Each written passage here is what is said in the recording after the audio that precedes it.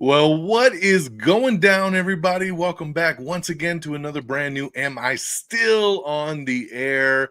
My name is DONMEGA. I'm here with Peeps. I'm here with Frigginz. And we're ready to break down Superman and all of its spoiler-filled glory, guys. So very happy to have the whole team back tonight as we are ready to break this down. It's been a hot minute. The last spoiler review we did was for the Thunderbolts, aka the New Avengers. Peeps missed that one with us, so welcome back once again, so we can talk about this first entry into the DC universe. And this is spoilers once again, so if you haven't seen the movie, you can turn away and come back after you've seen it. But if you have seen it or you don't care about spoilers, then this is where you want to be for the next hour or so as we break it all down for you.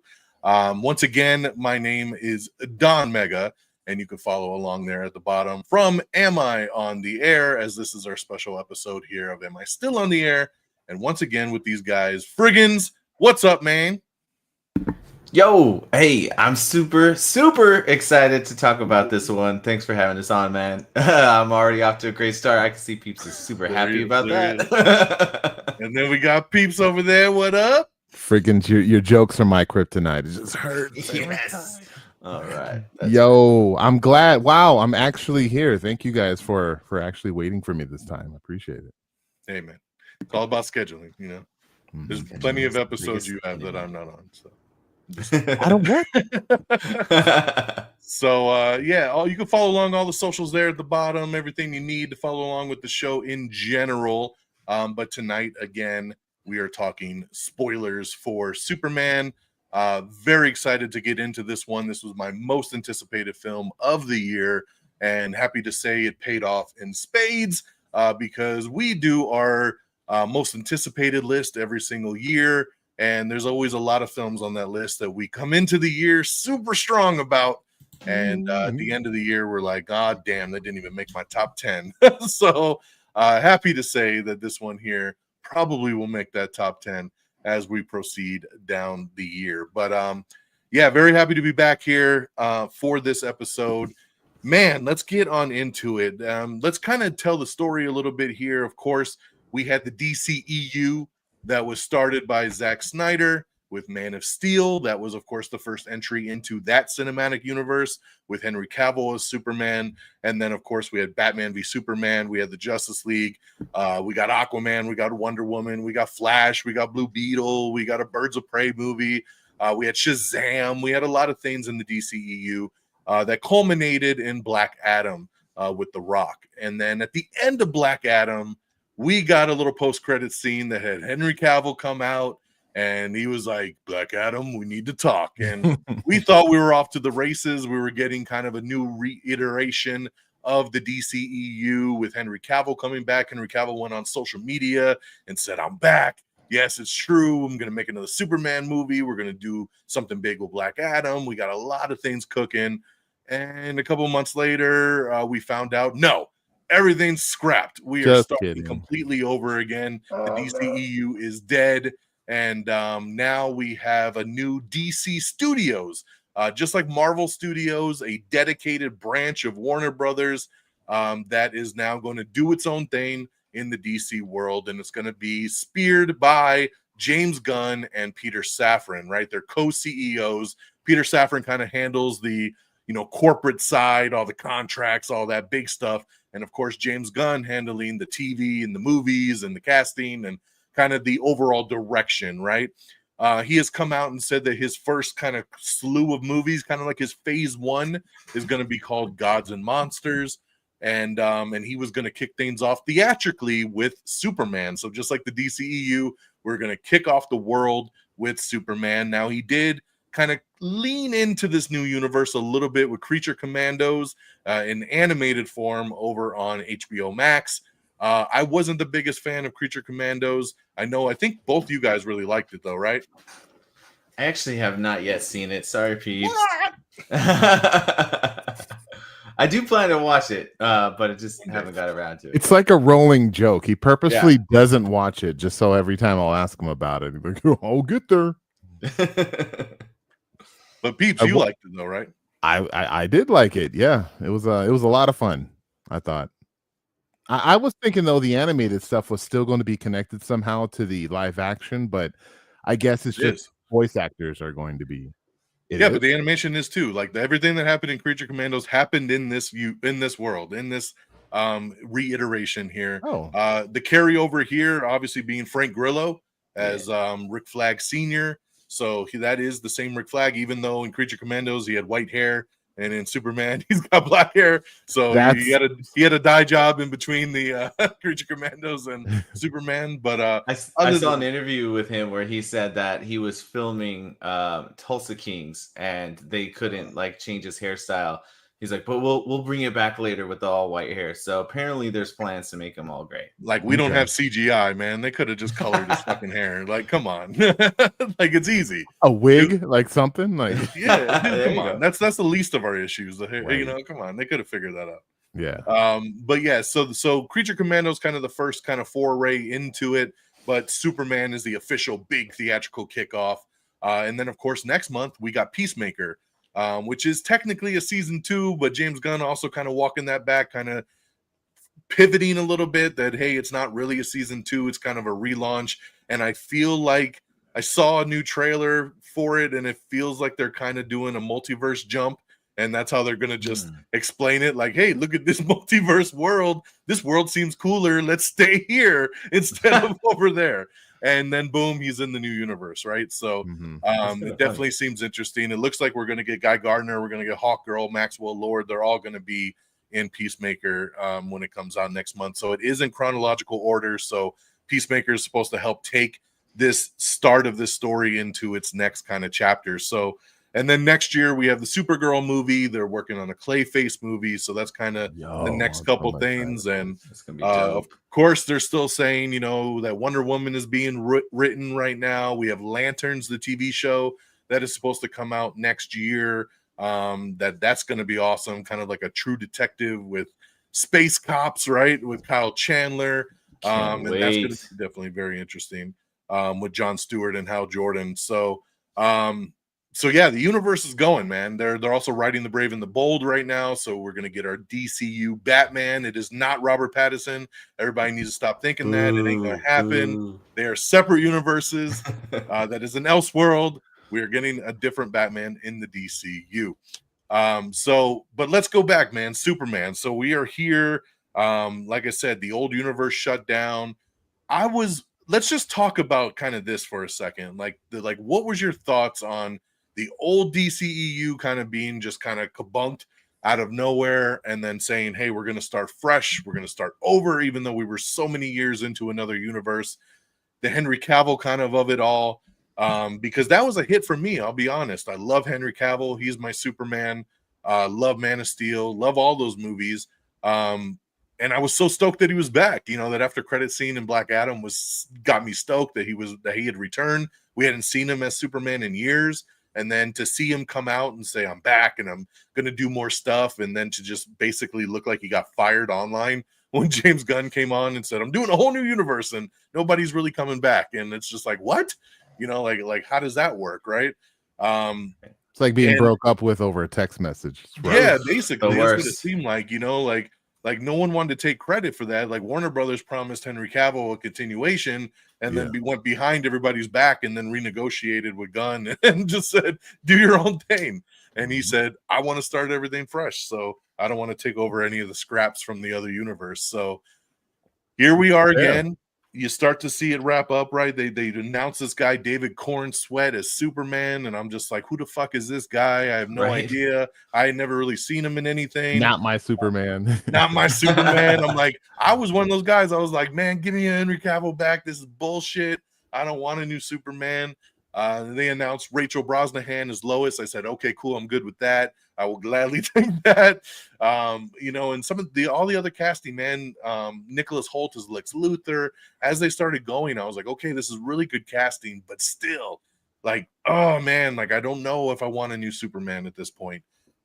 So let's just kind of stop there. Like I said, I want to go around kind of just thoughts on the old DCEU kind of shutting down, and then what was the thoughts of relaunching this thing all over again as Marvel is 37 films in.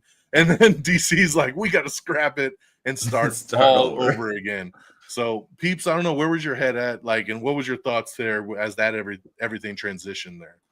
I mean, as far as everything that was happening with the DCEU beforehand, and James Gunn made a comment about a piece that I'm about to say recently as well, but I just feel like it was a bit of a mess in terms of like the way that it felt. Like Flash had a different feeling, and Aquaman had a different feeling versus Superman, and then then they all come together, and then even Wonder Woman, then they all come together for Justice League. It's like, I don't know, it's like it just didn't mesh well together. Where I feel like, at least for the most part, a lot of the Marvel films, when they came together, it kind of it felt better when they all came together, and especially the latter films in DC, for me personally, though I'm not, there's a lot of them that were just okay.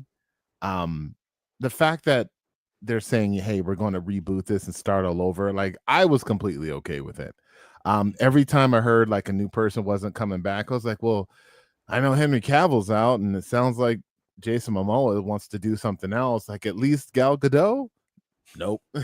And so it was definitely a little, it kind of sucked a little bit. We got a bit attached to these actors, but at the same time, right, like in Gunn we trust, in a way. Like, this man knows what he's doing, and like the way his Guardians of the Galaxy, like the way that he told that story in 3 different volumes, and how it all just kind of meshes well together, it's very beautiful.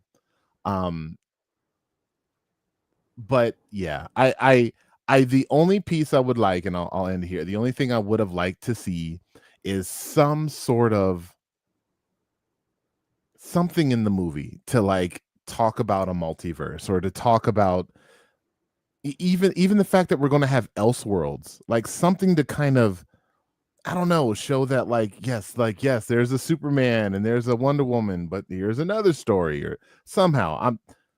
I'm sure if I spent more than 30 seconds thinking about it, I can come up with a better way to maybe this is the DCEU, and now this is another story. I don't know. That's pocket dimensions. Something. I mean, how long has it been since we started like the DCEU, right? Like, well, the last one was Flash. That was what, 2 years ago, 3 years ago? The last one was Aquaman 2.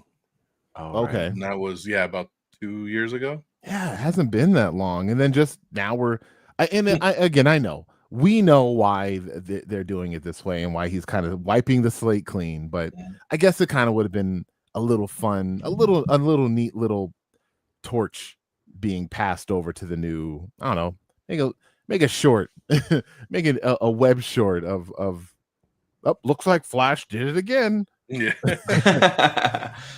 Sometimes you gotta rip the Band-Aid off. Diminishing returns, right? Like, I mean, the DCEU was just starting to like drop, and then you can see people weren't going, and people were very dismissive on the DCEU when movies would come out. It was just starting to become an I don't care kind of thing. Yeah. And I think if you were new coming into it as a CEO of this new DC Studios, I don't think you really have any choice but to reboot and to just say, okay, I'm going to restart things in my vision and do it the right way, right? Obviously, 2 totally different visions, right? Like, Zack Snyder's was very grounded. It was what would happen if Superman and these gods like happened in the real world, whereas James Gunn's universe is very comic booky, right? It's very colorful, it's very vibrant, silly shit happens, because it's a world where a kaiju can be outside and nobody bats an eye because they've seen it before, and it's a totally different world. And so I get what he's going for. I can see why the reboot. Was I happy with it? Not super really, but at this point, yes. So I like what we're getting and where we're going. But Frigginz, I'll roll to you. Like, where were you at, like, in your head? Like, where were you at with the DCEU? Were you sad that it didn't get to continue and kind of live out its vision? Were you happy it was rebooting? And kind of what was your thoughts? Unlike you, I hated Man of Steel when it first came out. I thought it was a hot pile of trash. But I will say that in time... Kick him out already. Oh man. But that was my first topic, and I'm already out. But I will say I came around eventually, and I really grew to like it. Now when I watch Man of Steel, I'm like, man, there's a lot that I enjoy about it. And I think I had to follow my own vice that I give to Peeps all the time. You probably heard us talk about this on many of these reviews. Is I had to see it as an alternate story. It's not the Superman that I necessarily thought I was going to get or wanted, but when I appreciated it as its own thing, then I was able to appreciate it more. And Henry Cavill, say what you will about any of the Snyder stuff, he was an amazing Superman. Mm-hmm. I thought he, had the exact physique for it, the look for it, the mannerisms, everything. And I think that, when he came back in Black Adam, it rejuvenated that excitement for me in the DCU. I kind of felt like I was also on that diminishing return aspect, and I could care less, kind of. I really liked, I'm probably going to get a lot of shit for this, but I really liked the Batman. I thought, I know, Batman doesn't kill. This Batman kind of did that a little bit, but he was awesome, and Superman was awesome. And so I just, I had a little bit of sadness in losing some of the bigger characters like them and Wonder Woman. I was not missing anything with dropping a lot of the others like Flash or Aquaman or whatever. But they announced Corn Sweat coming in as the new Superman. Very sad that it wasn't Cavill returning. And then also kind of well, who the heck is this guy? It gave me very Star-Lord vibes. Who? And but thinking about that, I thought, okay, when they announced Chris Pratt as being this, superhero character, everyone kind of did the same thing of saying well, what? And you didn't really know him from a whole lot. I mean, he had, some TV shows and a few smaller parts through movies here or there. But this was a big deal. And so I kind of thought maybe I'll, give this a chance and see where it goes. And then you see Twisters and you see Corn Sweat as this kind of douchebaggy guy, and I was like, "That's gonna be Superman." Right. I don't. I said the same thing, man. My first time I watched Twisters, I was like, "This asshole." Yep, exactly. But you got to give him a chance and see what Gunn can do, because we all have seen what he's done with the Marvel side of things, and so I did have the point of this film, hope. I had hope that it was gonna bring some joy and comic book goodness to it. Although I will say, you talked about the cast members, and I started having some worries about cast members. I mean, again, Corn Sweat, I could see bringing in a new face. The Lois character, I didn't know her from TV shows or whatever she's from before, so I had no connection with her. And Lex, I mean, I have always wanted a visual live action version of Lex to match the animated series, where he's this big towering scary individual. The dude walks in a room and you are scared, you are terrified that he will either ruin you financially, or he might just ruin you physically and destroy you. I was a little bummed that we went back to this, and I had fear that it was going to be this Jesse Eisenberg kind of eccentric, not scary version of Lex. So that's kind of where I was sitting before I saw the trailer. And of course, after the trailer, my opinions changed. But that was all what was going through my head before that. Okay. So yeah, so we fast forward, we get a couple trailers, and we are here. We are finally here. And again, guys, I'm gonna last warning, spoilers as we get into it here. So don't go crying that, why'd you say that? Why'd you say that name? Because we're talking spoilers, all right? As we get into Superman. So as we always do, we kind of go around the horn first, just kind of overall thoughts, right? Went in, opening night, when we saw it, ready to go. Fred's got an interesting story he'll get into of his journey. Luckily I got the early screening through the Amazon Prime stuff that happened on Tuesday before the Friday when it opened.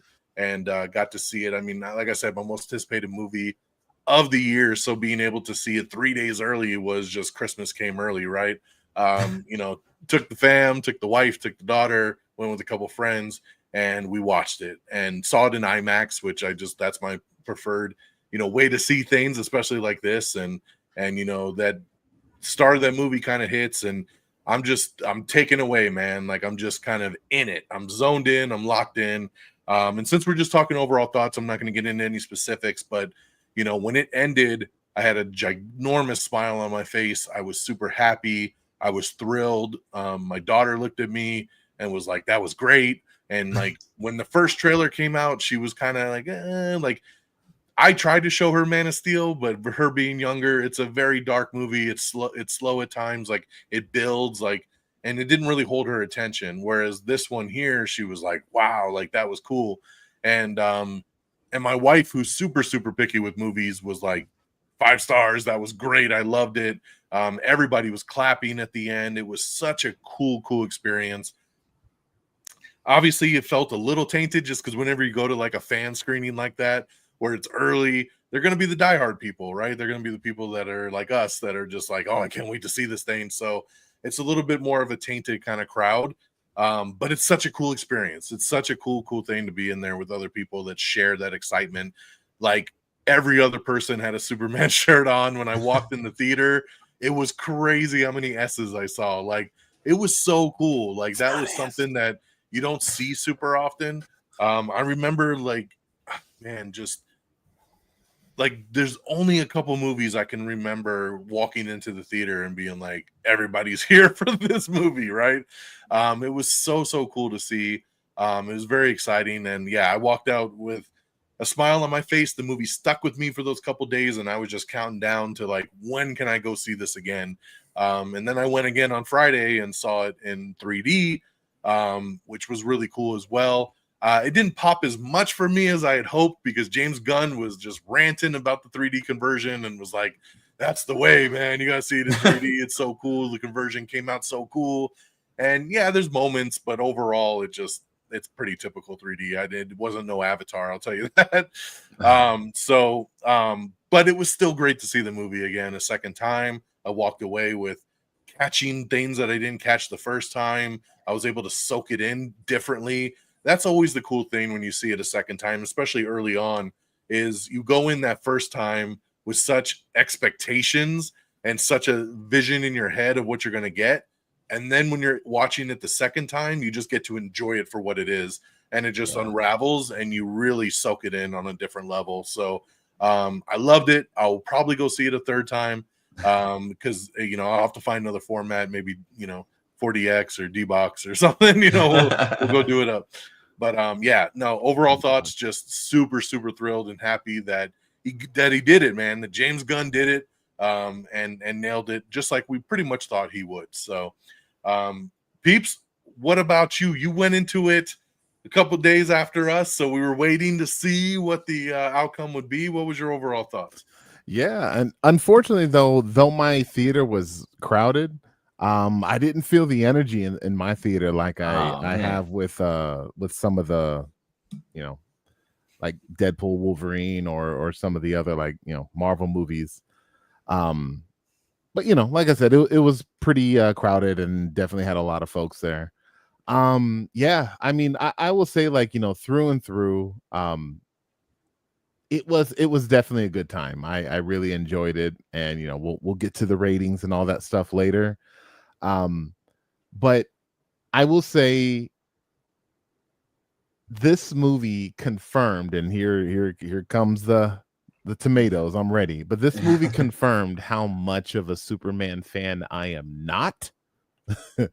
And this movie, I think, was a perfect Superman movie. It is him. And everybody waiting for a Superman film. Like Superman is that superhero when we used to put on our capes and run outside and I don't know, whatever we would do with that power, beat up your little brother. I don't know what you did with your cape, but he is that guy. And I don't know, man. I'm not that big into Superman. But this movie luckily didn't just give us Superman. Like there was plenty of other characters that we're going to be seeing again, in the Green Lantern show. And I mean, after what everyone's talking about Mr. Terrific, like we better get a motherfucking Mr. Terrific spinoff or something. So yeah, I don't know. It was a great time. I recommend all families, definitely go check out this movie. I'm like, hey kids, let's go. My daughter's like, I'm good, and my son is like, I think I'm good. I'm like, no, I think y'all need to go. So I'm gonna, you drag their asses. Yeah. Exactly. Yep. This ain't up to y'all. and I think they're the same as me. They're like, but Superman though, Dad. Like, if there's anybody, Yes, like, can Superman. we? Yeah, I was the villain kid, and Frigginz knows this. I was the one rooting for Godzilla. I was the one rooting for the the devil in Legend. Legend. I was.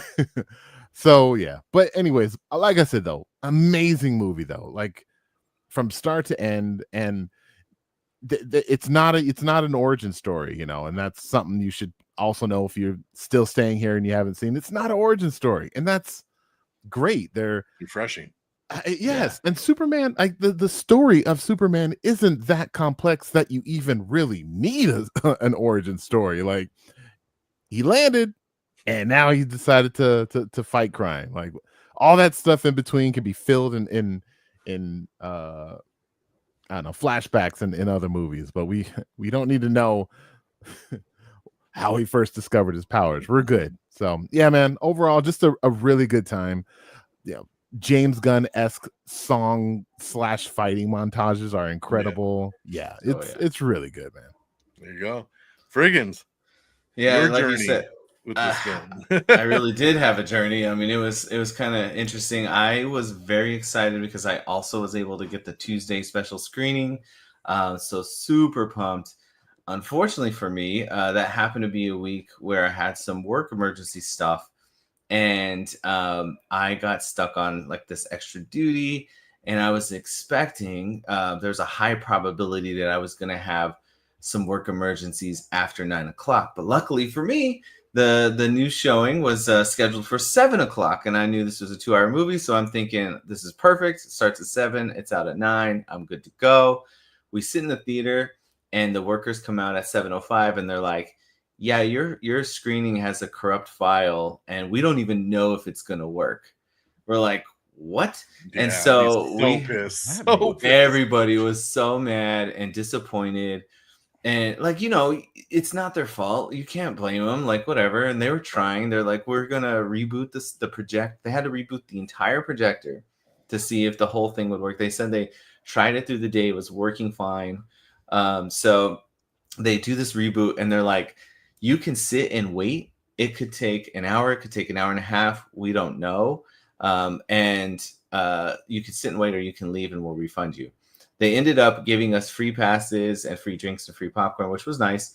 But it didn't get started until 8 o'clock. So I'm sorry, 8:30. So it was an hour and a half after the original start time. You were hanging out in there that whole time? We just hung out because we were like, it was me and Steve. We were like, we're gonna figure this out. Fix that shit. Fix that shit. Exactly. We're like, we're writing this thing through. So here I am, fingers crossed that I won't have any issues. And sure as shit, I got like my first issue pop up at like 9:30. So it's like an hour, or maybe a little more than an hour in. As we get into the spoilers, I'll tell you what scene it cut out at. But I missed almost 30 minutes of the movie because of this issue that had popped up. And so in this like combination of not like anticipating work, and then the disappointment of the time being pushed back, and the possibility of not playing, and then the interruption, I didn't really have that great of an experience the first go. When I walked out of the theater, I was a little disappointed. I felt like it didn't hit right. I was expecting more, because the teaser trailer made me like tear up, like literally. And me too. And so I was just kind of like, man, and like I thought I was gonna come out of here thinking this is a 5, and I'm like, like I'm sitting like a little lower than I expected. And then, but missing a huge chunk of the film. I mean, there was some key elements that I missed. So luckily I had I told you, man. I told you when you told me, like, I don't know. I was like, dude, your experience was all fucked up. You had to wait an hour and a half. You missed the fucking chunk of the film. I'm like, come on, wait till you see it again, and then we'll talk. And also like what Peeps was saying, Superman's not my guy. Like, I'm Batman all the way, like Batman's my dude. And so I didn't know if it was some of that too, but luckily I had tickets for Friday already in IMAX, so I got to go check it out IMAX. And holy crap, the experience was totally different. I mean, from the get-go, I felt so much more invested. I felt so much more into it. I got lost in the world. When I saw the pieces I missed, I was like, I missed a lot. and then like, you know, it just wraps so many of the details up. I just had the giddy experience. Like the first time, you know, no emotion. I wasn't teared up. I was just too focused on work stuff. This time I like got watery eyes, you know, and I so much more enjoyed it, like a million times more the second time. And I think that what you talked about, Don, about losing some of those expectations that we set for ourselves, especially big comic fans. You know, it didn't do this, and I would have done this. And Peeps, you like doing this a lot. Like I would have had him go this way and that way. I really do. And when you take that out, you already know you're not getting those things. Sometimes, like Don, you mentioned, you can just really see it for what it is and go on the ride. And that really changed the experience. So if you've only seen it once and you're not like a huge fan or just kind of on that fence, like it was good but not great, highly encouraged to watch it again, because I think it will give you another emotion. Well said. So it looks like we all enjoyed it, man. So let's get into this movie. You know, we start, and like Peeps was saying, this is not an origin story. We don't go into it with an origin story. We are into this world right at the beginning. We get kind of like a little bit of like a Star Wars kind of scroll, right? Like just basically saying, you know, 300 years ago, like metahumans showed up, and then 30 years ago, Superman showed up, right? Like a baby crash landed, adopted by some farmers. Boom, done, right? And then 3 years ago, Superman came out to the world. So now he's a Superman that has been doing this for 3 years already, right? And then, you know, and then it goes to 3 minutes. 3 minutes ago, he lost his first fight, right? And that's where, like, boom, crash into the snow, where you saw in the trailer, right? Can't breathe, calls Crypto, goes to the fortress, gets healed up. What I really loved from a marketing perspective, and I know, you know, these two over here are definitely guys that are like, I only watched the one trailer and never watched nothing else again. Heck yeah. What they did with this movie is 90% of what we saw was the first half hour of the movie. Like, there's so much from the rest of this movie that was never even touched and shown. Like, literally, like all the big moments are in this first part of the movie, in the first 30 minutes. Which was really cool, man. Like, because that's such a big scene in the trailer, and then they released that scene online, and then like I think it was before Minecraft as like an exclusive thing, where basically you could see that opening full scene where Crypto grabs him, brings him into the fortress, gets healed by the sun. Like that was all like that was a theatrical like sneak peek, and that's literally the first 5 minutes of the movie. Yeah. So you know, he has that fight with the Hammer of Baravia, and then we find out that he went into this country, stopped this war. That's where you see in the other trailer where he's arguing with Lois about, you know, people were going to die, and I went in, I stopped it. It shouldn't be a big deal, right? But from a politics standpoint, like, you didn't talk to the president, you didn't get permission, you just went and did this, right? And in Superman's world, he's like, hey, I just went to go do good. Like, that's all that mattered to me, was saving lives, you know? We meet the Justice Gang. We meet Guy Gardner, Green Lantern, Hawk Girl, Mr. Terrific, who work for Maxwell Lord. So they're kind of corporate superheroes that come in to try to save the day. And then we just have this battle with Lex, man, where Lex creates Ultraman, who is this guy that's just as strong as Superman, and is trying to take him out. But you can see something's up with it, because they got to control him with these like video game kind of codes, you know, 1A, 1A, 12B, just to do different fighting moves. So it always leaves this kind of question in the back of your mind, like, what's going on with this guy? Like, why are we controlling him like this? And we find out it's Ultraman behind the Hammer of Baravia suit. Obviously, Lex hates Superman, tries to get him arrested, tries to just put him away in this pocket dimension. And then, you know, Lois and Mr. Terrific go get him, and we basically come back to try to save the day. But there's a big rift into our world, into Metropolis, that Lex has started that's kind of ripping it into the world basically into a black hole, and Lex don't give a fuck as long as Superman's taken out. So we're kind of just all over the place. We're right into it as we go. So now as we kind of break it down, we always kind of like to get the bad out the way first. What didn't we like? What didn't really work? What didn't really gel for us? And I had to really sit on this for a minute, because obviously coming out with it being such a high, being a movie I really, really enjoyed, it's hard sometimes to sit and nitpick and say, like, what are the things I really, didn't like? So I got a couple things. Number one, I'm going to say, and this is something I've seen a lot of people say, and I was kind of worried about this because James Gunn came out flat out and said this, and I was like, I don't know if I like that. That Superman is powered down.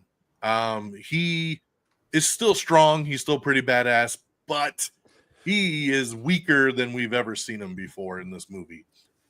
James Gunn flat out a couple weeks ago in an interview said, yes, he's not ultra powerful like he is in the comic books in my world, right? He can't punch a hole into a planet. Like, he's still building upon his powers, but he still is not, he's strong. He's still Superman. He's just powered down a little bit. And I saw that a lot in this movie, and it bugged me being a Superman guy, being someone that really likes the ultimate powerful guy that's hard to put down.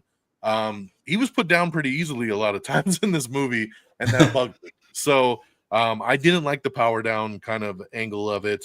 I would have liked to have seen him kick more ass rather than his ass getting kicked. In the grand scheme of things, I don't mind the way they kind of built it up through the story. So it didn't like ruin the movie for me. But being a Superman guy again, like, I wanted to see him do more. Like, when he healed in the beginning and went back for that second round fight with the hammer, he should have whooped some serious ass to an extent, right?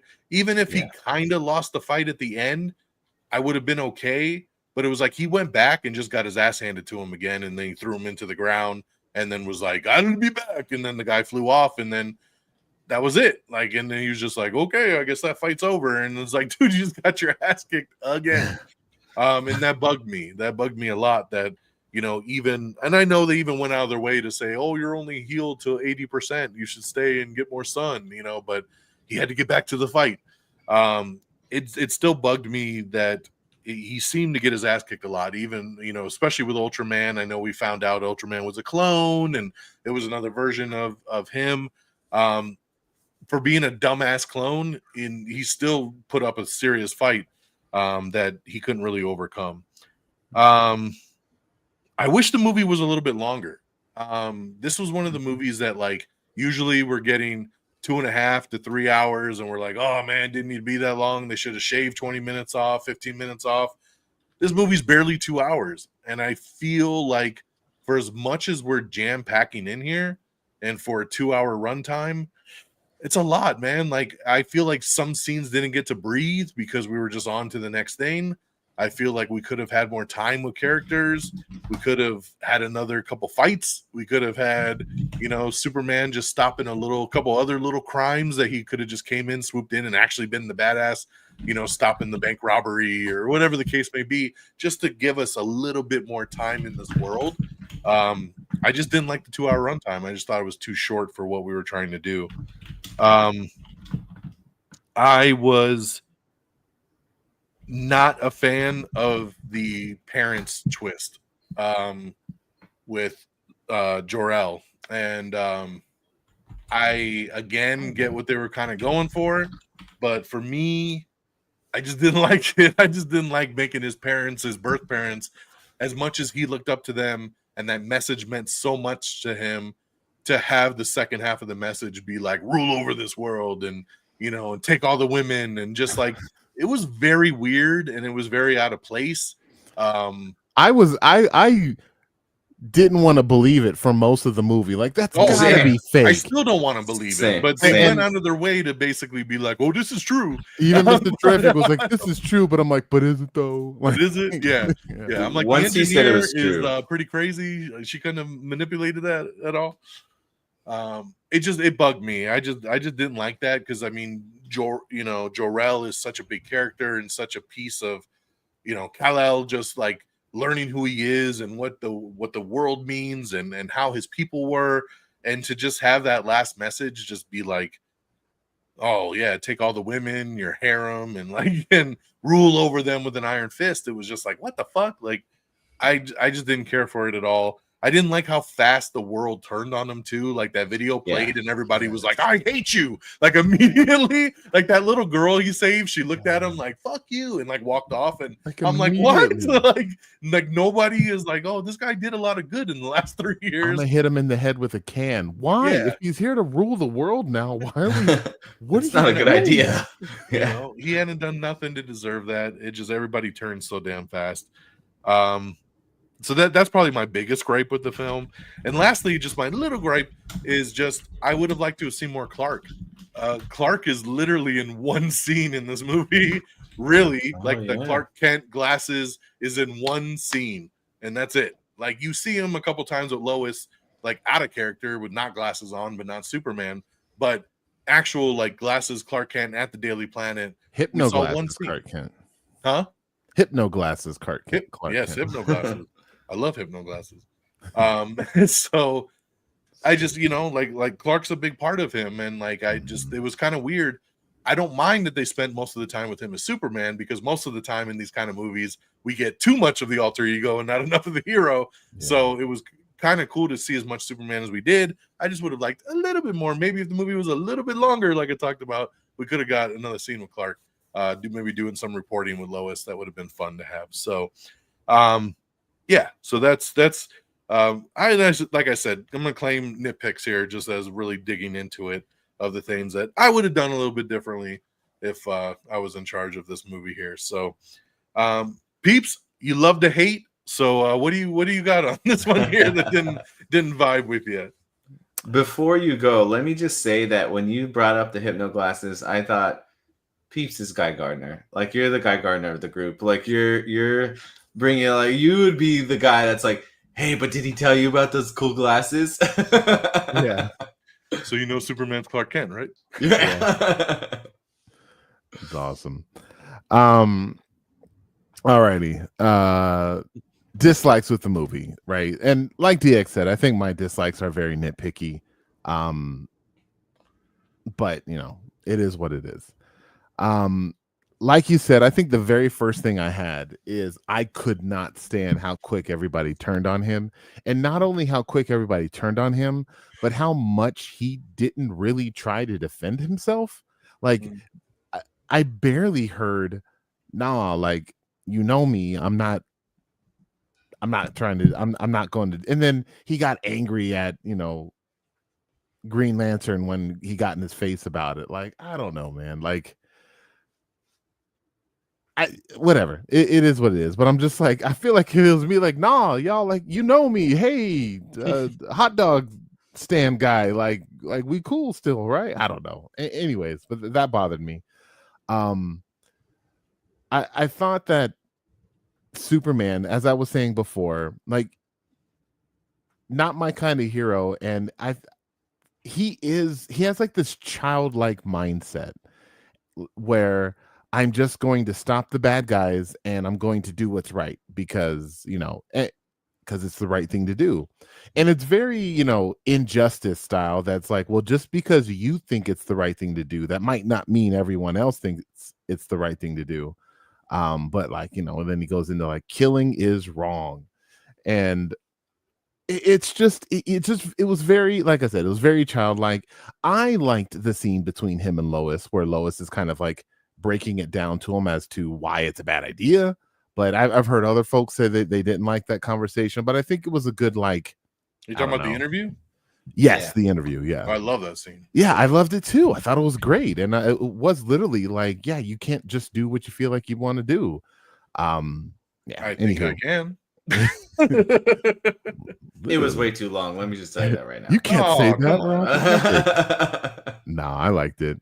And I don't know. It was a good way to show the rapport between the two of them. And I really liked those two as a couple. And I think that scene kind of helped with that for me. So, I thought Luthor was great. Best version of Lex Luthor that I've seen in live action. But I will say though, I think the thing that bothered me, and I'm sure somebody was like, but that's how he is in the comics. Like, if Lex Luthor is so willing to destroy Superman or get one over on Superman that he's okay with the world coming to an end, I feel like your goals aren't really. I just feel like Lex Luthor, isn't he the guy that kind of like will help the superheroes out if they're failing to stop something from destroying the planet? Like, if something's going to destroy the planet, he's not just going to let that happen. He's going to probably want to stop it himself. And if that means I got to ally with these douchebags and maybe I can do something to hurt them in the meantime, cool. But I just don't think he's okay with the world coming to an end. Like well, he said at one point, like, I'll stop it when it gets close to a city I care about. Right. And that's So, and that's it. He was there's so a hole pompous, in the planet. but he was so pompous. He thought he was in full control and that he could make it end at any point in time. There's a hole in the planet. Maybe he could. I don't know. But you're right. I mean, I guess you just had to put in the code and it just closes like a like a wound. Vacuum seals up. Yeah. He knew. Yeah, you're right. Just sucks up, for up, down, down, left, right. AB start. All those poor fish. But yeah.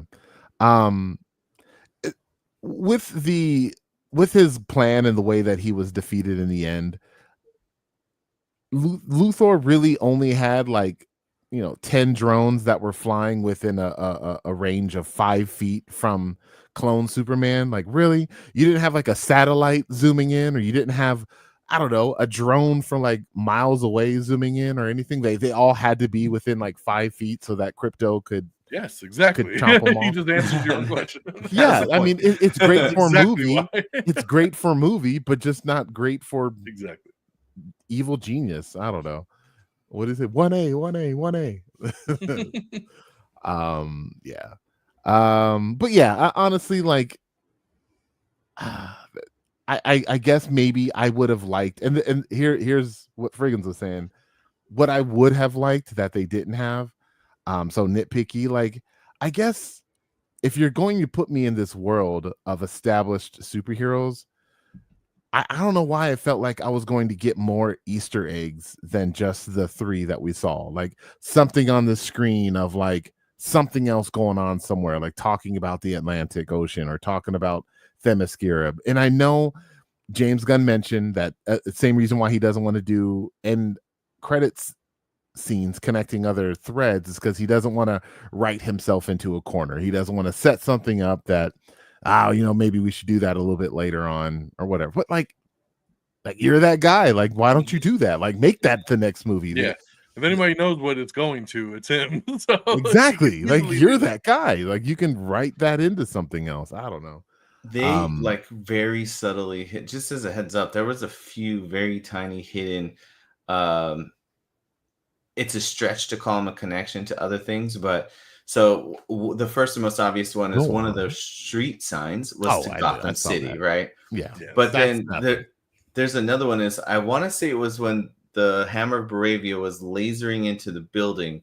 One of the staff people that were inside that building on the projector, it was what it looked like is they were doing a pitch for a new product, and that product was Coco Choco. I can't remember the term, but it's the cookies that Martian Manhunter likes. It's basically the Oreos that Martian Manhunter eats. So you have that tie into Martian Manhunter with the Choco Coco cookie or whatever the heck they're called.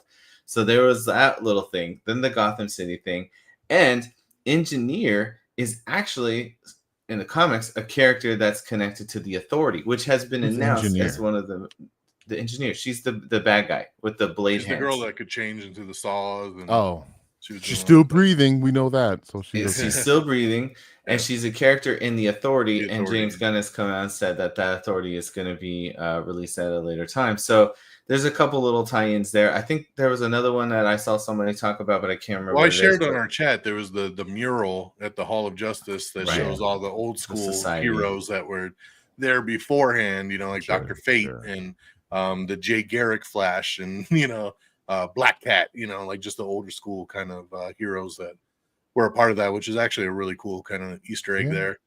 And there are like what 3 Guardians that were the voices of the robots or something like that. Yeah, Oh, yeah. Michael Rooker was one. Palm was one. Yeah. And obviously Bradley Cooper is dad. Bradley Cooper, yeah.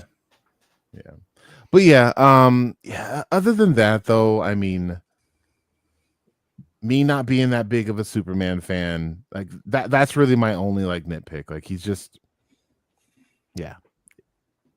Okay, cool. Frigginz, what didn't you care for? I struggled with a few different things. First off, I would say I do agree with you, Don, about the bad guy parents. I think we're all in agreement on that. Like wasn't necessarily like the best decision. It's definitely different, and a theme that James Gunn seems to have, because he made Star-Lord's dad be a bad guy, and now he's making Superman's dad be a bad guy. So I'm wondering if he's like working out some like familial issues there. Right. But why couldn't it have been a doctored message just to fuck with them? You know what I mean? That's it. Yeah. And by the end of the movie, Gary is like, "Hello, Superman. I actually retrieved the real message," and it's like, "We love you, Clark." I will say though, like, sorry, Frigginz, to jump in your spiel, but like, bring it. I liked that. I thought it was different, and I loved that moment. That like the moment that kind of gave me the feels at the very end when he's like, "Oh, he played that that video of his parents. It soothes him," and I was like, "What?" And then it shows the old home videos of him growing up with the mom, pa, Kent. Yeah. Like that was beautiful. I loved that. Like that's his parents, and like, these people that I've never met that want me to do some stuff that I don't want to do. Like, nah. And it's a very beautiful adoption story as well, I think. Yeah. And yeah, I like that. I'm okay with it, even though I was in denial, still kind of, but yeah, I'm okay with it. As it wraps up, it totally makes sense. It's just, it was so jarring from what we're so used to. So that was a little off. Everything else you said, Don, I pretty much liked. But I will say my biggest gripe was probably the cast. I had a lot of issues with some of the cast members. As I talked about, like the Lex thing is my concern. I do agree that Holt did great. I do think he created this very interesting version of Lex.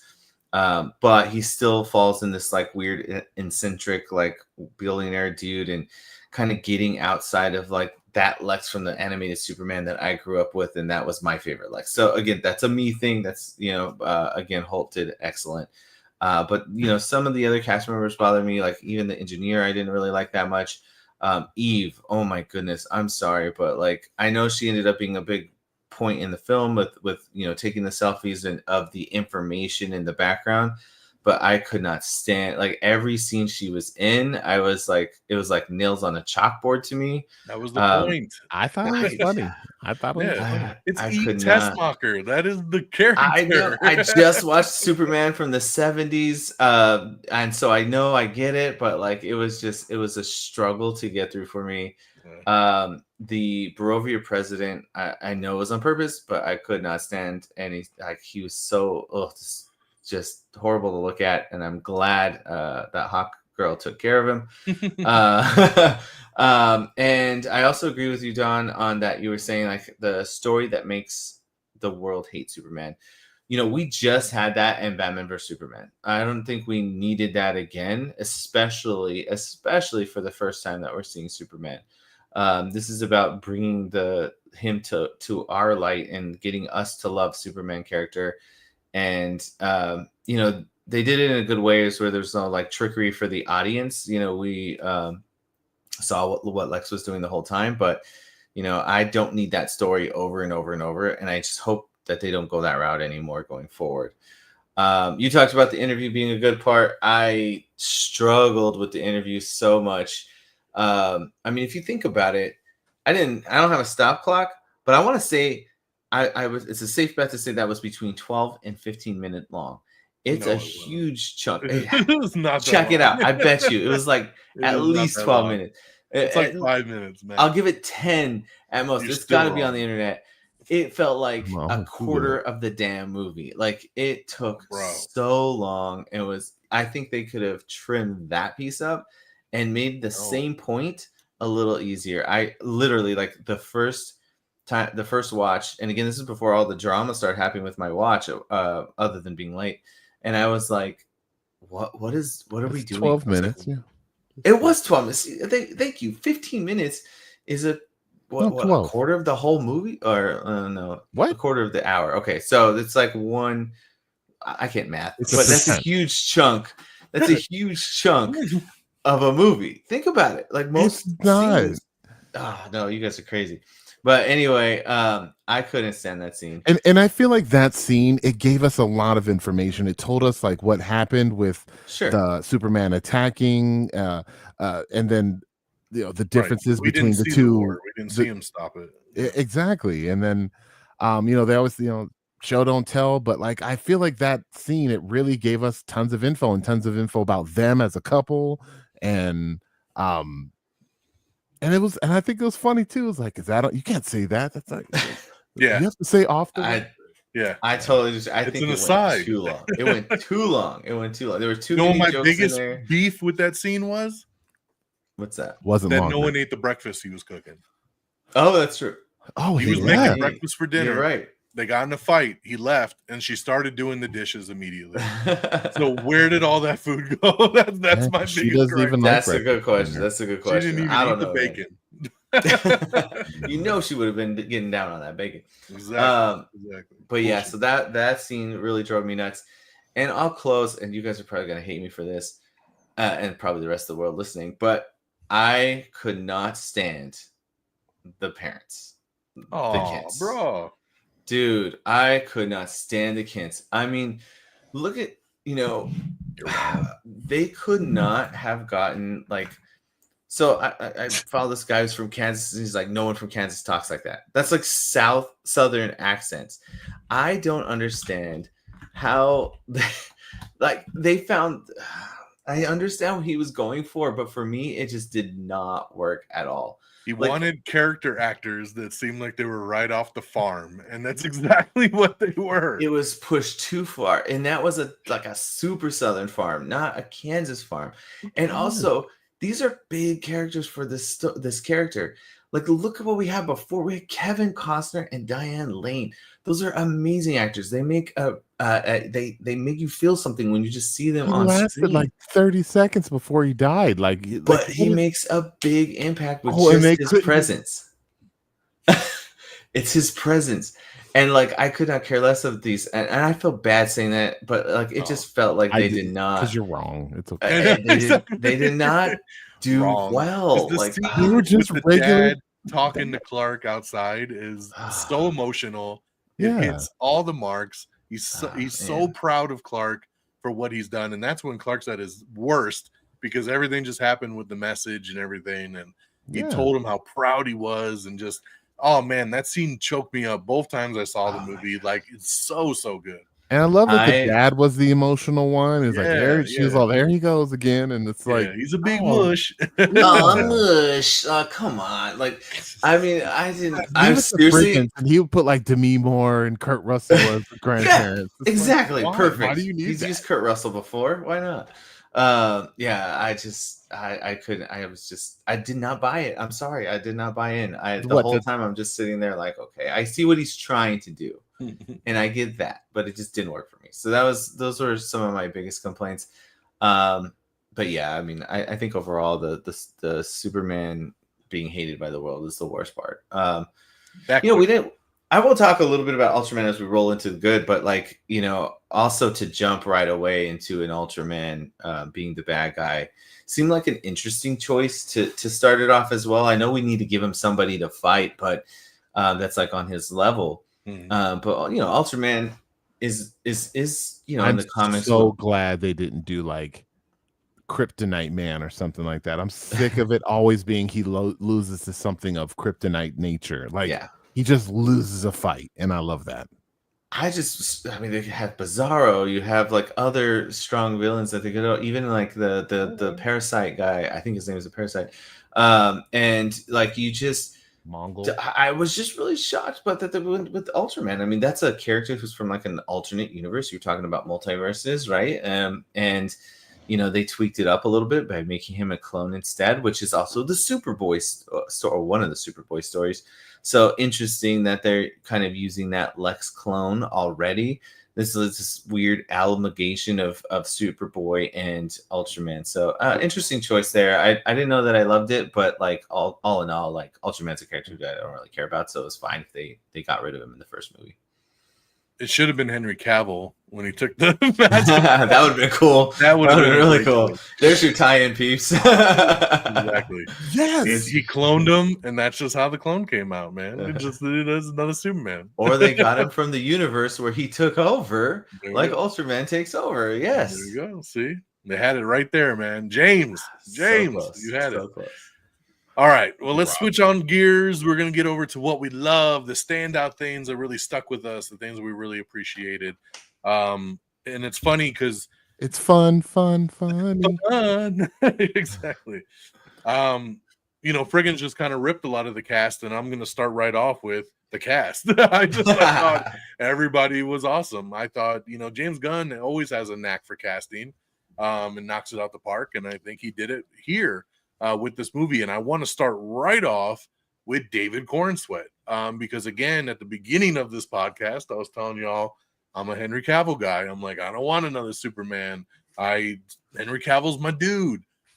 I watched this movie and I was like, fuck, David's awesome. Like, so I gotta give props where props are due. David Cornsweet was Superman. He was Superman through and through. I loved his portrayal. I loved his Clark. That's why I wanted more of it. I just liked the way he played it. I liked the way he just, kindness is punk rock, and just the way he came across with everyone in this movie was so Superman. And he just had this, like, you just felt the line delivery that he gave in a lot of the scenes.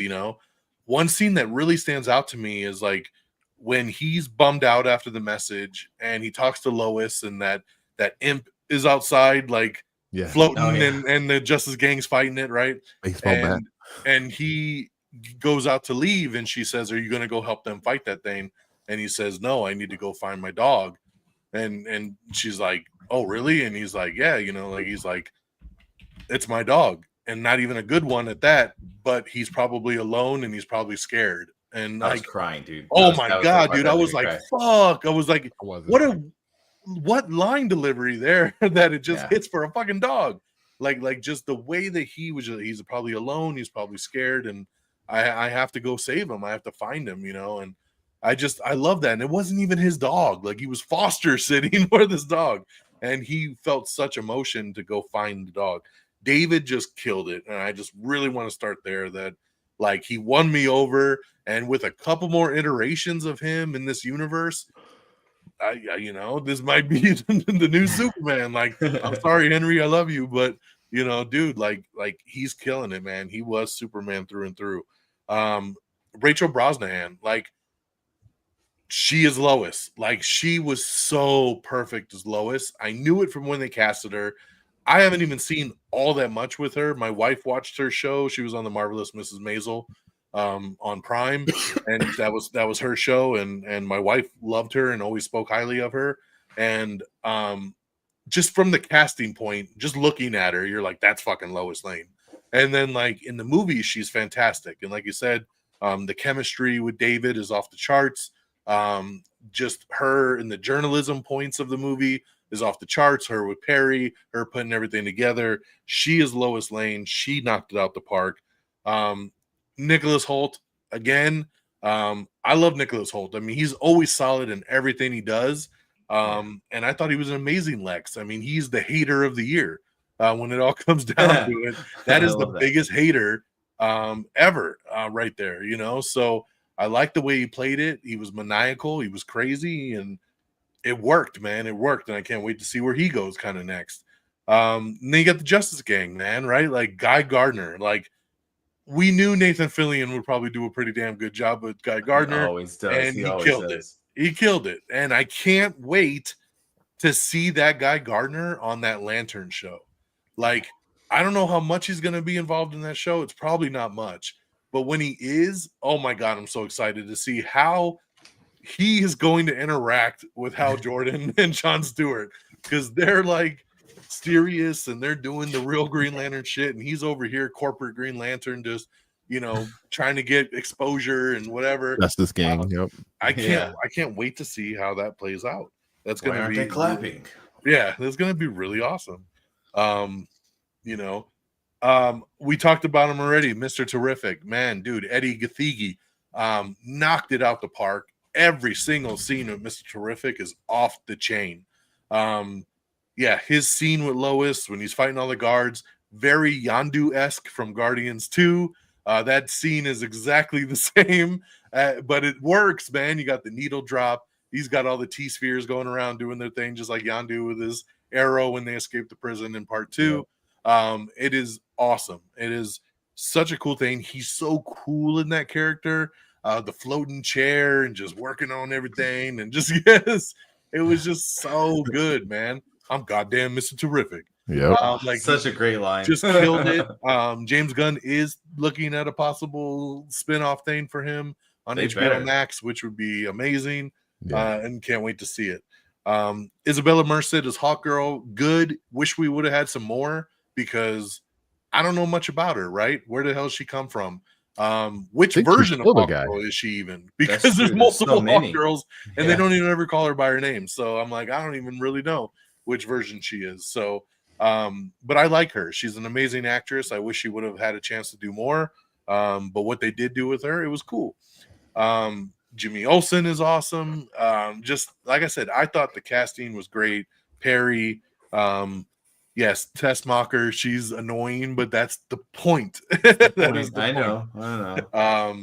know. So I thought they killed it with the cast. So that's my biggest takeaway. Mr. Terrific, we talked about. I love the world, man. I love the world. I am so appreciative of a comic book world. We touched on it earlier. All these comic book movies, previous DC, Marvel, even to an extent, is everything's got to be so grounded, right? Christopher Nolan's grounded. The new Batman, grounded. Like everything's got to be so grounded and takes place in the real world. I'm happy to get back to just a fucking comic book movie. Like shit's happening. We got kaiju. We got metahumans. We got aliens. We got all kinds of shit. Cool, man. Science, like powers. Like this is awesome. This is what I want. It's refreshing right now because we haven't had just a straight up comic booky world in so long. And I really appreciate that. The action, the pacing, the fight scenes are cool as hell. Crypto off the chain. I remember being a little bit hesitant when they were like, Crypto's going to be in this movie. And I was like, really? Crypto? But he works. He works in this movie. It worked in context. Every scene they utilized him in, he was great. I love that Mr. Terrific was so thrown off by like, this is a dog in a cape. Like, so later on when he's like, you had to bring the goddamn dog. And he's like, yeah. It just, everything worked with Crypto being able to, I know Peeps was talking about it, but being able to be like, fetch the toys, and then him taking out all the cameras so they couldn't control Ultraman anymore. That was awesome. That's right out of a comic book too. Like that's something that you would see in a comic book. Yes, it was so cool, man. The pocket dimension was incredible. Metamorpho, I gotta talk. The dude, so good, man. Anthony Kerrigan, shout out. Dude is awesome. He's a chameleon, and he was amazing. I want to see more Metamorpho. I love that they were like, Hawkgirl said like, oh, you should be a part of the Justice Gang, and guys like, hell no. And then he's like, oh, Justice Gang, that's a pretty cool name. And he's like, you're in. Such a funny scene. He was so funny, dude, in that scene in the pocket dimension with him shape-shifting, turning himself into acid and shooting it out at everybody and using the tentacles to pull everybody back in. That scene is so cool when he's about to go into the black hole and it slows down and he grabs him with the tentacles and he's pulling them back and Superman blows the smoke to push himself back.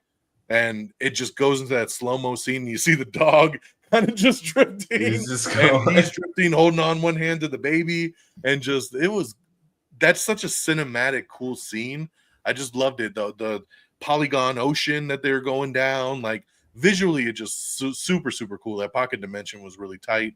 Peeps, I don't know if I mentioned to you, but so when I had to step out was right after the Mr. Terrific fight. So he had just finished the fight. I walked out of the screen. I didn't come back in. So you didn't get the until introduction to the whole nothing. dimension thing. I walked back in and Ultraman took off the mask. Oh, damn. Yeah. I missed all of that. So Wow. Yeah. That's a lot. I love that scene right before he takes the mask off when she's trying to choke him down with the nanites, and and then there he flies up and they're like, go catch him, and then cover him up, and he goes so high and then just falls down using them as a shield to break it off. That was super cool. Like visually, it was just really, really awesome. There's a lot of needle drop kind of moments with just the visuals, right? Like the smoke in the air and him coming up through the smoke after he just saved that woman. Just the different my favorite is just him spinning with the laser eyes and taking everybody out of the sky. That was so badass. I love that scene. It gives me goosebumps every time. Good luck with that. It's just yeah, exactly. Like, stop messing around. I'm not messing around. I'm doing stuff. It's fun. It's lighthearted. It wants you to be kind. Him taking out Lex at the end and really showing him what's up. Again with the speech of like, I'm not just an alien. Like, I'm more human than you think I am. Like, like I grew up like in this small town. I eat, I drink, I fail, I hurt, I do everything just like you guys do. And then Crypto having the Hulk moment, grabbing him, throwing him around the room, which was an awesome way to kind of wrap it up. I'm screaming with him. Just awesome, man. I was like, I love it. And even though Lex deserved it, Superman was still kind of like, Crypto, stop. Crypto, stop. Yeah. As he's just tossing him around like a rag doll.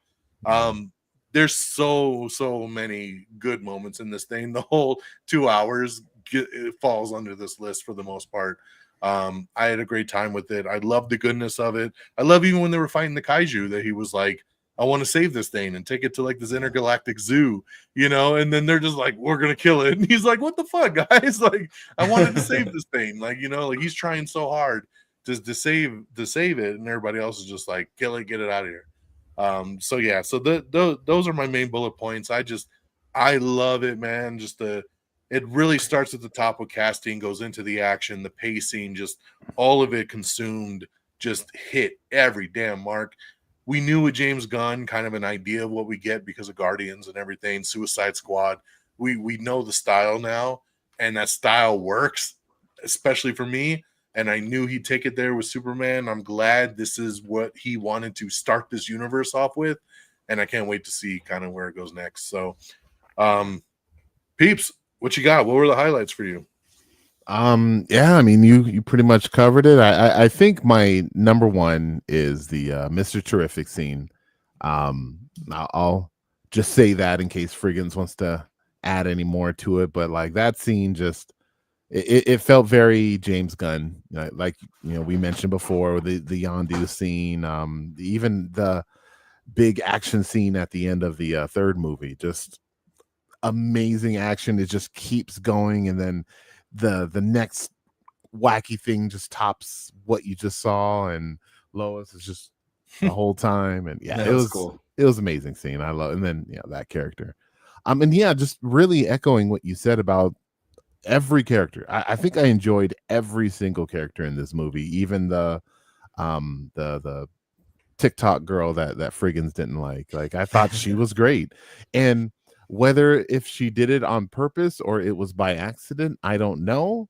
But like, I want to, like, in my head canon, she was purposefully like doing all her stupid selfies, but actually taking pictures of what's going on in the background. Like, oh, that was actually kind of on purpose. I don't know, probably it had to have been, because that's exactly what she said to him. Yeah, that's what I'm saying. And I really like Jimmy Olsen. I don't know if you mentioned him too much, but I liked him.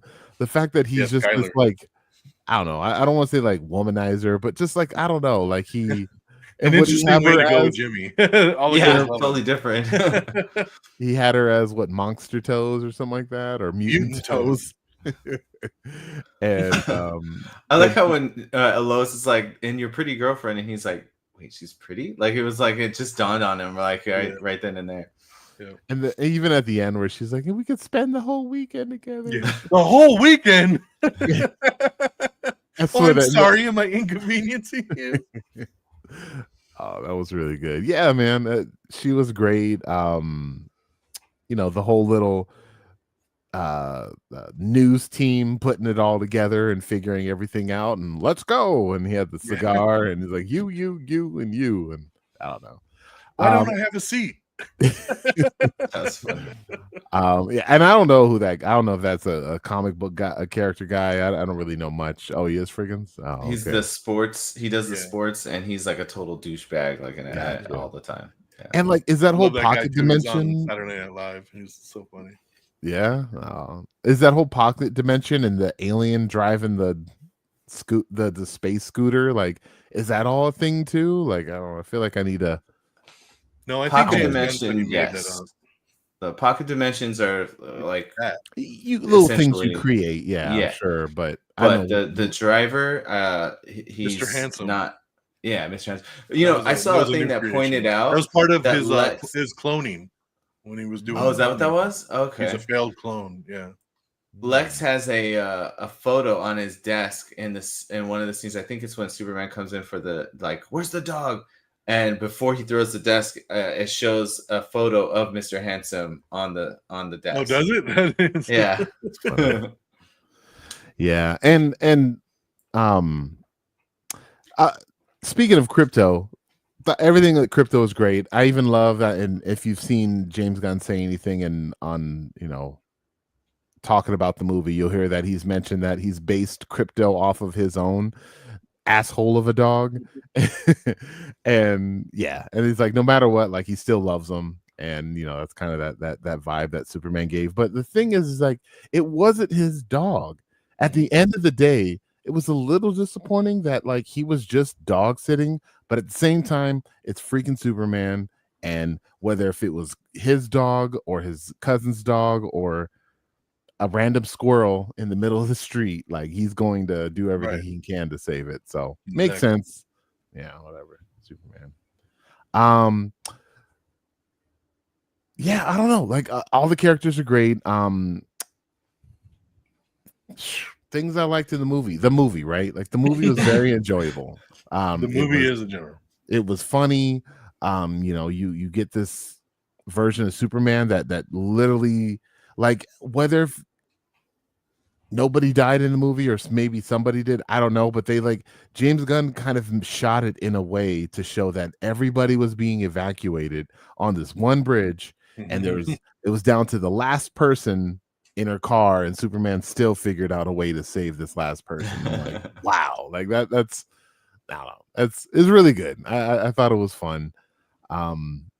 End credit scenes, we're used to these Marvel really big. We'll talk about that later. Yeah, save that.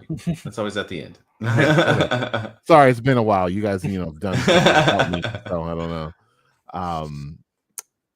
know. I think that's really all that. Oh, the kaiju scene. I think that was the one time I think that we see Superman use his X-ray vision. Like, that's a Superman thing he does, and that was the one time that we see it. Has Henry Cavill ever done that? Like, I don't know. Good question. I don't know. But yeah, I thought that was neat. I remember they mentioned lead door or something at one point in one of the movies, but I don't know that we've ever seen him use it. I can't remember. Yeah. I don't think we've seen him. Yeah. Oh, you know what? It's in the flashback scene when he's little in school. And he sees everybody as skeletons. Yeah. That's right. He's all freaked out. That's right. Yeah, but I don't think he ever used it like as Superman. Maybe when he was looking for the staff, or looking for Lois when she was drowning or something. I feel like that happened, but I don't know. I don't remember. It's a possibility. Yeah. Well, real quick before I forget and before I roll to Frigginz for what he loved, I want to talk cameos real quick. Just quick thoughts here on we had Bradley Cooper as Jor-El. We had Supergirl pop up at the end, right, coming to get her dog, and then we had Peacemaker pop up on the TV, which was really cool. So I'll go to you, Frigginz, first. What'd you think about these cameos? You like them? Did they work? Yeah, I thought they worked. And Max Lord even was on the news thing. Yeah, I don't really I count thought it. yeah, it was so small. I thought Peacemaker gave us a good laugh. I thought Supergirl was great to see what we're about to get. So you got a little taste of her personality vibe, which matches the costume, the look, yeah, it was perfect. and it matches the story that the movie is supposedly heavily based on, which I love. It's one of the best Supergirl stories ever. So yeah, I'm just really excited, and that really pumped me up. Who was the other one? It was Peacemaker, Supergirl, and what's the other one you said? Bradley Cooper. Oh yeah. I laughed at how little he was in it. I thought he was. Yeah. I thought they were going to do a little bit more of a Russell Crowe background kind of thing. So the fact that it was just so small, it actually kind of made me chuckle. But I thought it was it's cool that they used. Bradley. It was cool casting though. Yeah. Yeah, exactly. Peeps, what'd you think? Yeah, no, I thought they were all great. I thought the Peacemaker thing was hilarious because I think he's always specifically talked smack about Superman. So Superman. It was pretty good. Yeah, I have a feeling he's going to pop up at the end of Peacemaker season 2. I think Superman's going to pop up on that. It's going to be fun to see them face to face. Because he talked shit in season 1, and then he's talking shit again about them. My theater, both times I saw it, erupted at the Peacemaker cameo, like in laughter. So that was really cool because I don't really know. It's hard to gauge sometimes, like where that character kind of lays on people's minds. Because he's such a weird kind of offshoot character. But big reactions both times I saw the movie. So that was cool. Supergirl, I had heard the rumors she would pop up. And I wish I would have had a little bit more with her. I thought she'd kind of come in and help with the evacuation of Metropolis at the end and kind of help them out a little bit. But it is a good setup for her movie, right? Like, oh, your cousin's here, and then she comes in all drunk and stuff, and he gives the little quick explanation. She likes to go party on other planets. She loves the red sun, right? And then it's like, oh, there we go, right? So that's where she's taken off to. So is Crypto going to be in the Supergirl movie? It seems like it, right? Seems like so it. Yeah. That's going to be pretty interesting if we see Crypto bouncing around planets with her. Crypto's actually a very major part of the Supergirl Girl of Tomorrow story. So if they follow that story, definitely gonna have a big part. Hope so. And then I thought Bradley Cooper was just great. Great casting. Who knows if they'll do anything more with him down in the future? There wasn't very much, but for being Jor-El, which is a big character, I appreciated it being Bradley Cooper. So. All right, Frigginz, let me roll to you. What did you love? What were the standouts for you in this movie? Well, I will say, like you, I think Superman was, probably the biggest standout. As much as I want to say some of the fun side characters that I absolutely loved, being able to have, I remember my biggest complaint of Man of Steel when I originally did not like it. Again, I grew to like it, but originally I was like, Superman's like more happy. He's supposed to be out there doing good with a smile on his face, bringing joy, bringing hope. And that's what this movie nailed. I mean, they totally got this vibe that made you feel good, made you feel like, like he's going to save the day. He's going to make you feel happy about saving the day. I love that aspect of him finding ways to make people feel, less scared in those scarier situations. Like it was okay because Superman's there. He's going to take care of it. And I love that vibe. We talk about, having, you said that was one of your kind of like complaints was that he was just getting his ass kicked all the time. But what I love about it is it goes to that theme of like, even in the face of impossible odds, he still gets back up and goes at it, right? He never gives up. He keeps trying. And like, he's only at 80%, but he's flying right back, like didn't waste any time, gets back into it, even though he knows he might lose still. And it also adds stakes. So we have, this hopeful, energetic Superman with stakes now. And Superman, you called it like, in other iterations, he's so powerful. But like, we have to remember, he started off as being faster than a locomotive, able to leap tall buildings in single bound. Like he was can punch holes through planets. That was part of that original. It was definitely not, wasn't it? And so he had to like build up to becoming this, ultra powered character. But so I love that they like had that toned down a little bit. But just the fact that he was like always smiling, always being positive, and bringing optimism, and to we need more optimism, I think, and it made me feel better. Seeing like even in the face of a lot of these like terrible challenges, that he was able to still keep a smile on his face and stay Like, optimistic. that So, scene was rough when he had to watch Luthor kill that guy in front of him. oh, so dark. That was rough. And that's actually a good part of my good is that like James Gunn didn't shy. James Gunn is notorious for being pretty dark, and he's notorious for having like really gruesome scenes and stuff. So like the engineer goo that was like in his mouth as he's like yanking out, that was like so gross, Slither. right? And like, yeah, exactly. It gave me Slither vibes. But yeah, that scene was so dark, and to show us the audience of like how vile the president of Barovia and Lex in particularly was. Like Lex just had no like remorse, and I think we need to see that, and that helps to generate that like scary character that I was talking about. And like I said, originally my casting was like my negative, and that was a lot of my first like going into it in my first viewing.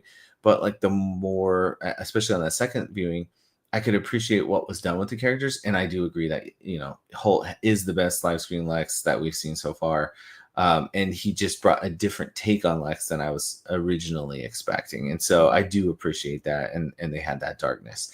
So, but smiles, being bright, being in the light, everything was out in the sun except for when they're in the pocket dimension, but that was with a purpose. So yeah, all these things I think help bring Superman to be the star of the Superman show. And I'm okay with there being less Clark Kent because I came to watch Superman. And so they gave me Superman. Outside of that, I would say my favorite thing outside of Superman was definitely Crypto. You guys know I'm a big dog guy. I'm missing my dog like crazy. And just to have those feelings, those connections of like, caring for that creature so much and just wanting like you do anything to save it. And like, that was just so awesome. I mean, seeing how playful Crypto was, seeing how much of a pain in the ass Crypto was. I think if anyone has, had a pet like that, you like, whether it's a dog or cat, you could relate to some extent of that pet being a little shithead sometimes, and you hate him sometimes, but then you love them so much, right? And the idea of them being hurt makes you want to go John Wick. And so it's really cool when he just like throws the freaking, he's like, where's that dog? Like, oh, I love it. Like, if something's gonna make you go crazy, it's someone harming your dog. I knew Frigginz was going to like that specifically, and I wanted to let him get that out there because Friggin's dog is an asshole. He is an asshole. It is the dog where I go into his house like this, because Frigginz has told me specifically, don't look him in his eyes, don't make any sudden movements, don't. You know what? I should probably just take him outside, for a little bit. Yeah. Yeah, you never know what's gonna happen. He's a little wild. He's very like, I love this animal. I'm like, but he bit you, right? Yeah. But love this I dog, deserve right? it. If my kid bit me, I'm putting him down. So I love in that scene too when he's like, where's the dog? He's like, I don't know what you're talking about. And when he sips the coffee, he's like, stupid dog, stupid cape. What'd you say? He's like, you heard him. You got that right. Like, yeah, exactly. Such a good scene. That one teared me up too. Anything with the dogs, like, just get me. I actually heard that they're in the scene where Ultraman breaks into the fortress. Apparently, there was a scene where he punches Crypto. And I guess the test audience was like, no, we're not doing that. And so they took that scene out. My daughter got really worried when they broke into the fortress and she threw all the nanites over his face. Oh, yeah. And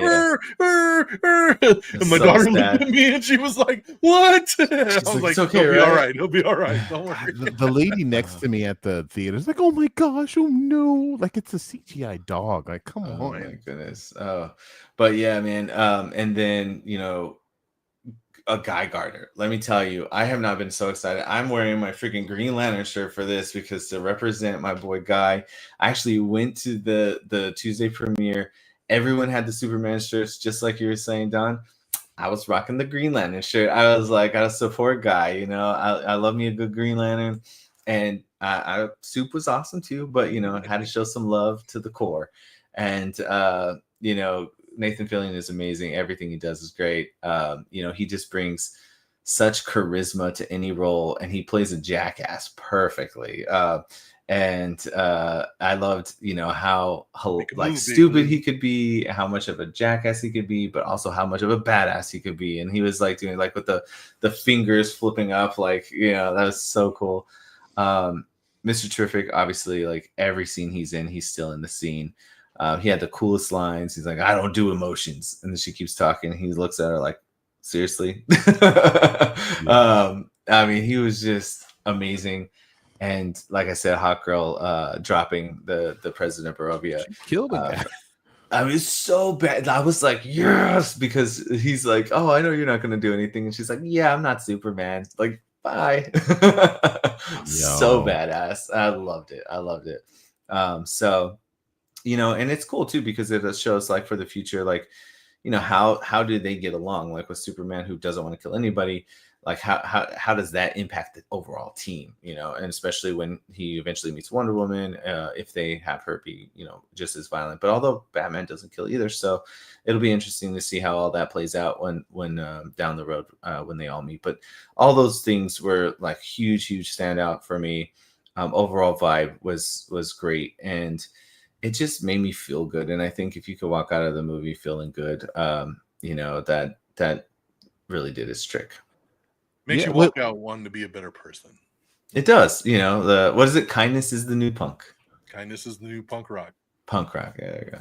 You said earlier, Frigginz, that like hope was like the theme of this movie, and I didn't really get that. I know that's the whole deal with Superman, but I don't know. I didn't really get like hope. Like there was the scene with the kids, and I get that, but like outside of that, I don't know. And maybe for that kid. I walked out of the movie being like, man, he was all Superman, and then Green Lantern just shows up like, "Oh, I'm here, kid," and I was like, "Oh man, kid never got to see Superman." I really hope off camera, Superman still went over there and said hi to everybody. Because they were chanting him up so good, and I was like, I wish I would have got that payoff scene of him coming in and swooping in, and the kids girl should have popped up. That would have been cool. No, I mean, and to your point, like, I think maybe I misspoke with what I hope was definitely the theme, I think, of the teaser trailer and like getting me hopeful, excited, and everything to coming into it. But yeah, I think, looking back now and really thinking about some of the bigger themes that were discussed, it really was more about the kindness and being kind to everything, right? And as the overall theme. And I don't know where I'm going to put this movie in the ranking for the DCU. It's going to be hard. Number one. Spoiler alert. I don't know. We'll see. We'll see. I also, it made me think when you were talking about Lex killing that guy in the pocket dimension, but on a funnier note, like it cracked me up when Metamorpho turned off the kryptonite and he was like, "Why are you still ugly?" Oh yeah. He was all tripping out on him.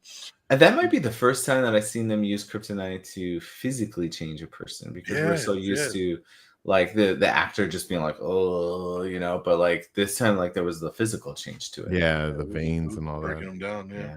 And then he had the kryptonite poisoning, which was really cool too. Yeah, that was cool. All right. So then we'll just jump to, and this won't take long, mid-credits and post-credit scenes. I was curious. I was like, what are we going to get? Where is he going to take us on this journey? It's a new DCU. Where are we headed next? Well, the mid-credit scene is just Superman and the dog sitting on the moon looking at Earth, which I'm like, okay, sweet, but fuck. Doesn't need to really be a mid-credit scene. +2 in context of the movie. Didn't Supergirl take the dog? So why is that the mid-credit scene? And then as we wait through the other 10 minutes of credits, and we just get that random scene of Superman and Mr. Terrific staring at a cracked wall. They're like, "Yeah, it's a cracked wall." No, John, what you have to know is that they were actually talking to the audience right there. That yes, they put everything back together, but it wasn't aligned right. The DC universe was cracked, and James Gunn put it together, and that is what that scene is symbolizing. Such a stretch. Like, come on. So yeah, anything to touch on with these two kind of throwaway scenes? Like I didn't even want to sit through it the second time I saw it. I was like, I literally didn't. I walked out. I was done. Yeah, I would say that for me, I'm already over after credit scenes because I feel like, But every it's movie you watch, you're rare. like, is there an after credit scene? I guess. You have to stay to see, but like I'm mad every time. Like there's like very rare anymore that an after credit scene feels like it was worth it. And I just feel like we got to the point where like if James Gunn is saying he's not going to write himself in a corner, then why are we even waiting? Like it's just going to be some dumb joke, I thought we could have got something else with Kara. I was hoping Supergirl Batman is the next movie and it's already finished filming. Like, Well, okay, like we're gonna see her going back to another planet or just something. Like I thought we'd get back to the old school Marvel post credits that were like, here's what's next, and we would always just Right. have that like next upcoming project was teased, which we already know stuff is coming like down the pipeline. Like I don't know, throw something in there for that. What is it? The Authority? Is that the next? Or show us they've been filming Green Lantern. Show us a little bit of that. Like Marvel used to show some of the next one. I remember I they love showed when they like sent a scene. Yeah. I think of the Bucky and Falcon when they caught Bucky and he was like his arm was like stuck in the thing. Yeah. Like show us a little bit of Green Lantern. That's what I'm saying. That's why I thought it'd be Supergirl. Yeah. It could have even been a scene from Peacemaker. Who knows? Like just because that's exactly. Just a scene. So and you're not writing yourself in a corner. You're showing something that's already done. Exactly. Things that are done. So a couple little throwaway things, nothing too crazy. If you for some reason have watched this and haven't seen the movie, you don't really need to stay. Touching on box office here real quick. The movie here domestically in the US over those first 3 days made $125 million and 220 million globally, making it the third highest domestic debut of the year. It actually is only trailing Minecraft and the Lilo and Stitch movie. So very interesting there.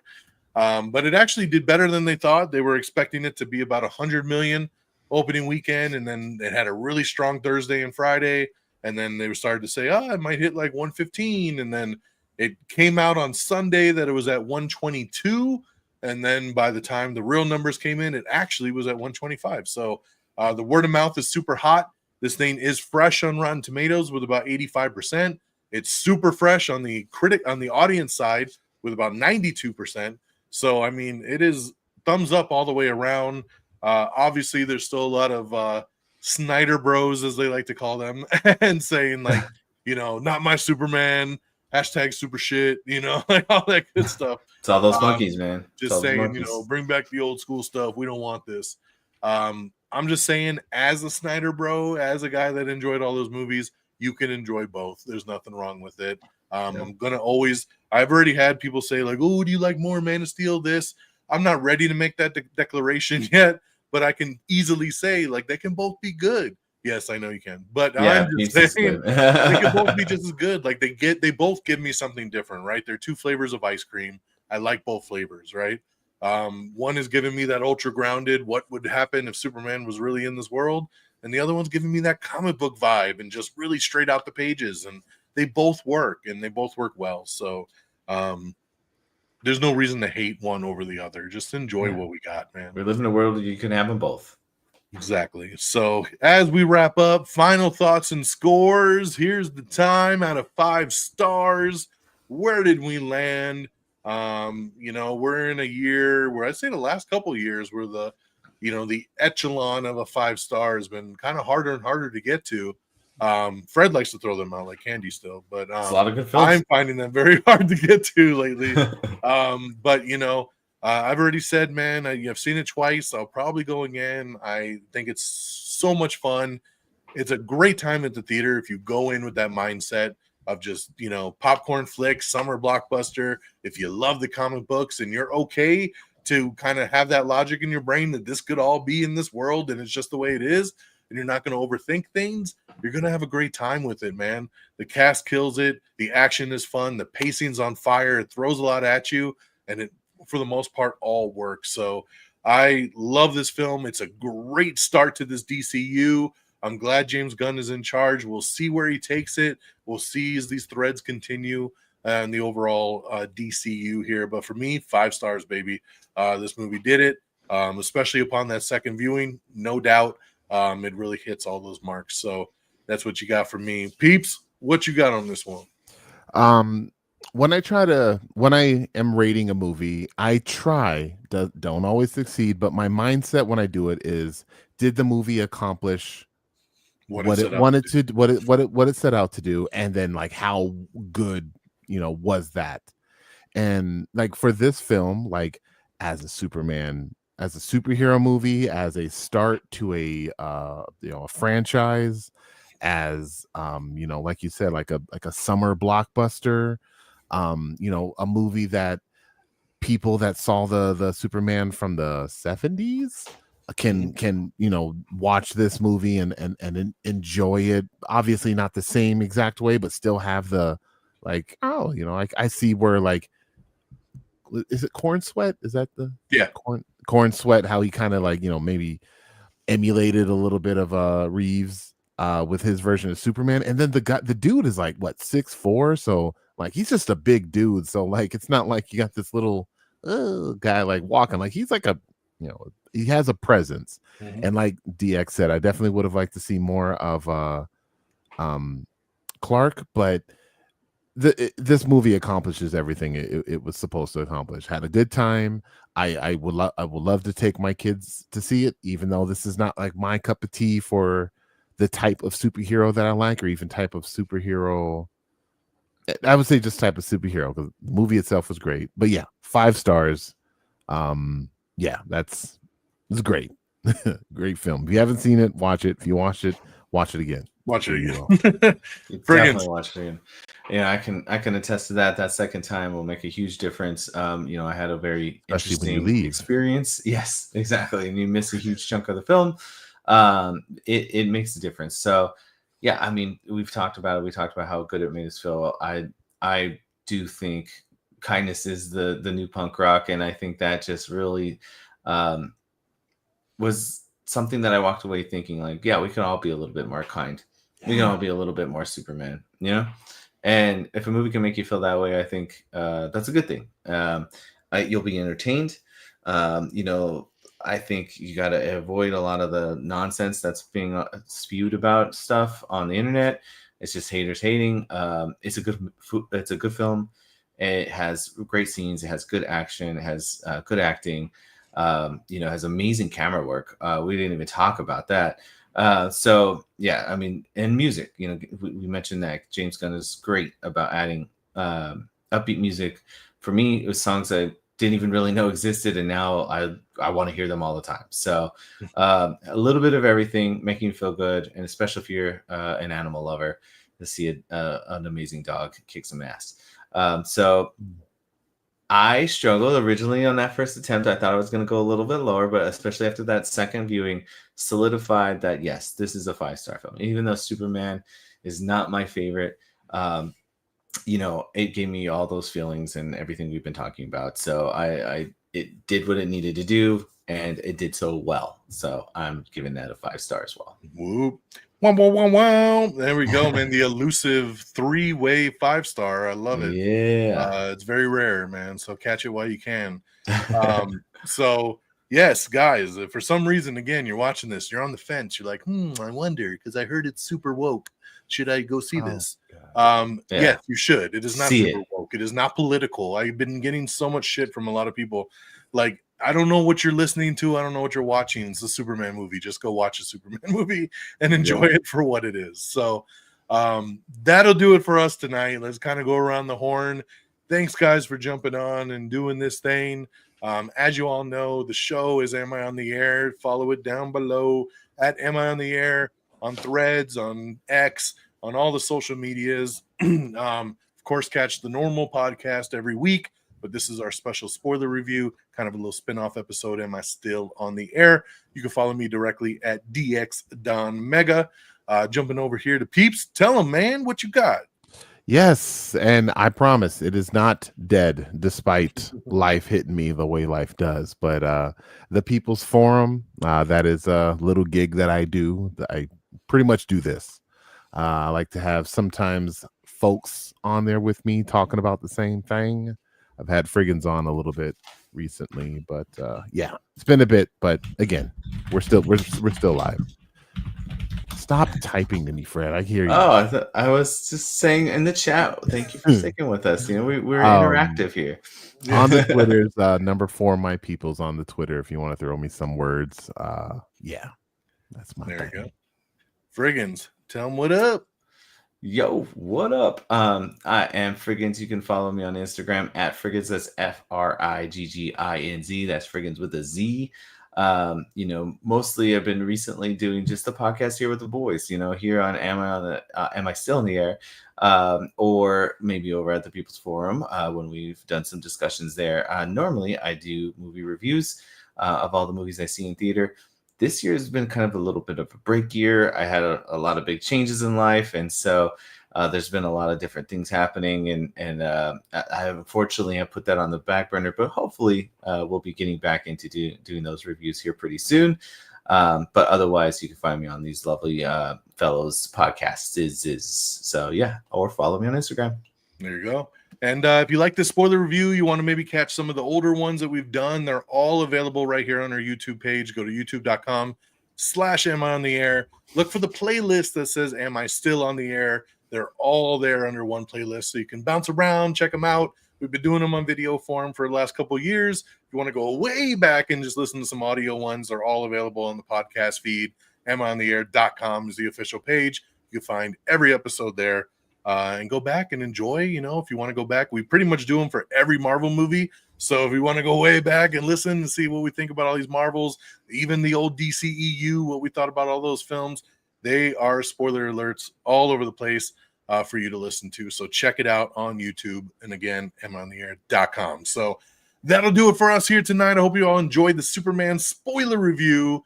And we'll catch you on the next go around. So till next time, y'all. Peace. Deuces. Deuces. Later.